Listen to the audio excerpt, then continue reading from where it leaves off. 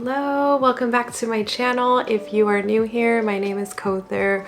Welcome, it's so nice to meet you. As you could tell from the title of this video, I'm going to share some tips on how to have a more intentional and mindful Ramadan and Eid. I feel like lately Ramadan and Eid is almost synonymous with consumerism. I think that with social media and being online, there's so much comparison and things that we need to buy, especially if you're a parent. I think that it could be a little overwhelming. I had to take a step to realize that I don't need to buy 30 different decor items in my home, or that I need to buy a specific outfit for my daughter, or even gifts that will create more clutter.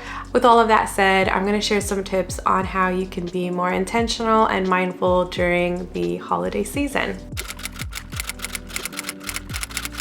The first tip is communication. I think that it's important to communicate with your family and your friends and let them know that, hey, I'm trying to be more minimal in terms of the stuff that I have in my home. I want to prioritize certain things in my space. And just being open and honest can be really helpful for the people around you to know just what to expect. Also might inspire your family and friends to also be more minimal. I think that it's a win-win situation. So letting them know your intentions, and hopefully maybe you'll inspire them as well.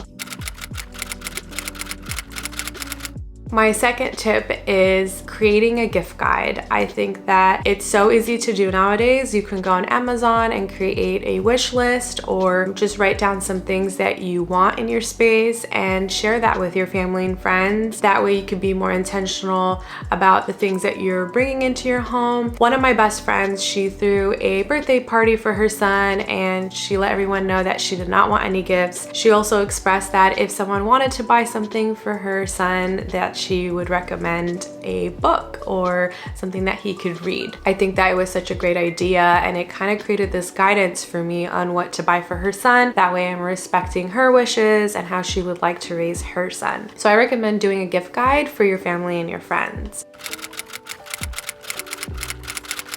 My third tip is doing a white elephant gift exchange. If you're like me and you come from a really big family, I think that this could be a really great option to keep gifts at a small amount. The last night of Ramadan, we don't have tarawih, so we usually sit around my mom's coffee table and we open our gifts. That was like one of our traditions growing up. It was very exciting and we all looked forward to it. But to be honest, looking back, I don't really remember a lot of the gifts that I got. I really remember the memories that we built and going to the masjid, hanging out with family and friends. Those were things that I remember now looking back. So instead of my parents buying 5 of us different gifts and us leaving with so many gifts at the end of the night, I think a white elephant gift exchange could be a really great idea, especially if your family is really big on gift giving. So you could create a budget. You could maybe say, okay, between $25 to $50, everyone just buy one gift, and then when you guys gather, you could just do a gift exchange, kind of like a swap. That way one person could just buy one thing and not like one person buying 5 to 10 different gifts. I think that you will be able to stick to a budget and also just leave with minimal stuff and not having so many gifts at the end of the night. I also think thrifting is another great option too if you do want to buy someone a gift. I personally love thrifting. I bought Nadine's crib and pretty much majority of my furniture from Facebook Market, and I'm a huge fan of thrifting. I think that this option is really great if you're trying to stick to a budget or even just trying to live more sustainably. I think thrifting is another great option.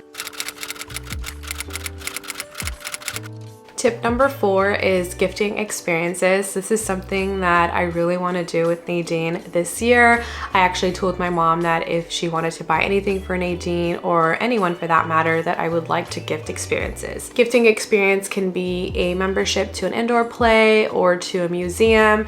You can buy tickets to the zoo. Any of these type of things are really great ideas for gifts, for children especially. Personally, I would like to replace gift giving with creating special memories dishes together. I'm also planning on doing some cookies with Nadine. I feel like food is so underrated when it comes to gift giving. Like if you know someone who loves chocolate, I love chocolate, but if you know someone who loves chocolate and you bake them a cake, I feel like that's just like a love language. I feel like that's just like a better option in terms of gift giving, and it doesn't cost a lot to bake a cake. Cooking and baking could be a really great way to gift someone. It's also such a great way to bond with your children. I'm so excited to bake with Nadine this year. We're gonna make some cookies, some Eid cookies for her daycare. I think it's such a great way to build traditions this way, and being together in the kitchen would be, I think, a better option. Me and Nadine's dad were actually thinking, for instead of him flying out here to visit Nadine, maybe we could go to Disneyland or something, just to kind of create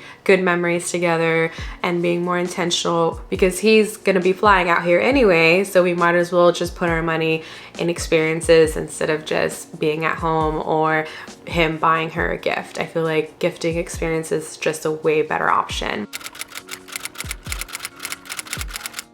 My fifth and final tip is to purchase decor that you could use repeatedly. You don't need to buy 30 different pieces. You could just stick to a small amount and reuse them every year. Personally, I have some lights and a Ramadan sign that I'm reusing over and over, and I think that if you package it well and store it in a good place, then you can reuse it for the upcoming years. I think buying certain pieces that will make your home feel more festive, but also keeping in mind to buy things that you only need and not overbuying. And sometimes we misplace things, so I think it's important to be organized, packaging your decor so you can reuse them over and over instead of going on Amazon or certain websites to purchase every single year. There is a way to still decorate minimally, and there's just so much out there, and I think it could get overwhelming in thinking that you need pieces for your home. We all have different lifestyles, we all have different incomes, so it's really important to just be really intentional and mindful of your budget, but also to create a space that is festive for you and your family. I feel like Ramadan and Eid is all about being grateful of what you have and not wanting things that you don't have. I think that it's important to prioritize that over materialistic things. I hope that this video inspires you to live more intentionally, more minimally. If you have any other tips or tricks, please leave them in the comments. I would love to know. Thanks so much for watching, and I hope you all have a wonderful Eid. Bye.